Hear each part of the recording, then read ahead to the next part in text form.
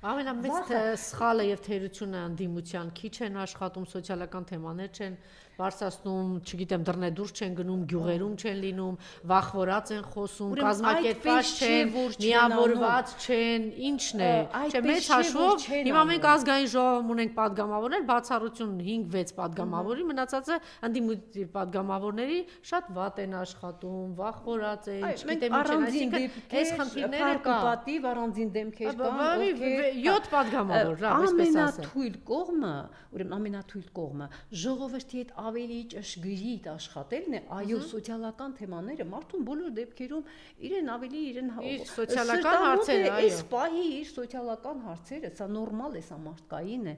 Այս հարցերը պետք է շեշտադրվեն եւ որ թերևս ավելի կարեւոր է, գիտեք ինչ, պետք է դնել ընդհանուր նպատակ, համընդհանուր նպատակ եւ միավորվել հանուն այդ նպատակի